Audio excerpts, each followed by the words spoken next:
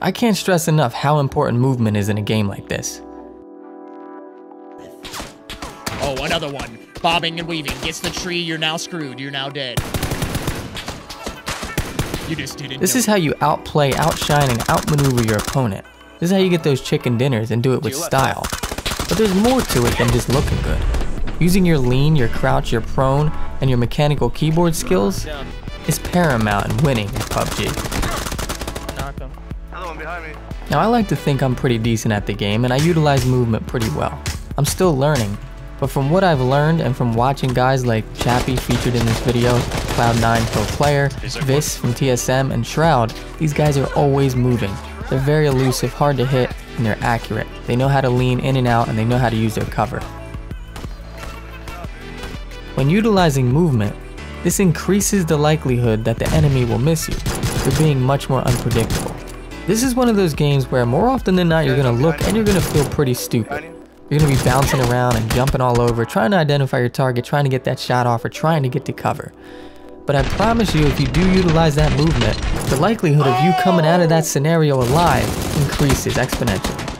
You go up against good players or a squad shooting at you, and not so much. Utilizing a combination of movements and the lean mechanic can help you get an upper hand when facing an opponent. As you see here, TSM Viss utilizes the same technique, which allows him to win his engagement in this 1v1 scenario. It's too late for you. I figured out the spot. It's over, alright? Don't even try. I know where you're at! You'll see here that I was pretty much trapped and I was in a bad situation. So I used my movement to play aggressively and push and be more unpredictable to eliminate them and win this gunfight. Let's break this scene down right here with Shroud. It's in a 1v4 situation. He's the final one alive on his team. He knows there's guys by this rock. It's the end of the circle. He's throwing nades. He knows they're over there. He gets behind his only cover that he has available to him. He's ducking and weaving. He gets one with a nade. He turns around. He's getting shot at from behind. There's two teams surrounding him, maybe three. Look at him bouncing up and down, focusing back and forth on two teams, utilizing that tree, leaning in and out. It's just constant. Look at this.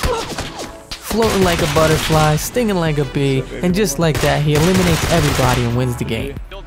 And here again. He has 1 health. He has no option but to be aggressive and utilize his movement to move from cover to cover. Hoping these guys are potatoes, which they mostly are, but still, he's moving around, he's juking and jiving, and he's getting to cover, which allows him to outplay and outmaneuver and win this against all odds scenario. All dead, all dead. Nice, good shit. I'm coming, Sean! I'm dead. Oh, can I get to you? Oh, you have to get down. No, I should have running. A car just pulled up, dude. No way. Right in front of me. I'm running the field, dude. I'm backing knocked out, knocked out. Look at my health! I'm backing off, dude. Come back. You'll also notice he never breaks his line of sight on the opponent. He backpedals. He never turns his back, which allows him to quickly engage when that enemy makes himself visible. This is instrumental in him making it out of this situation alive. Just amazing. As you see, movement is very, very important. I study and I analyze and I watch these guys quite often, and this is the only reason that I'm half decent at the game.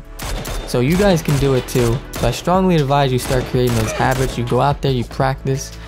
I know it can seem pretty intimidating at first, and it was for me, but I still think you can create habits if you just go out there and practice and you get used to these keys. Don't be lazy, have fun, and get that chicken. I know y'all hungry. So this concludes part 2, which I talked about movement. Next, we'll be moving on to part 3, which I'll be talking about choosing your battles, how to really play smart, when to fight or flight. Thank you so much for checking this out, and stay tuned for more. Peace.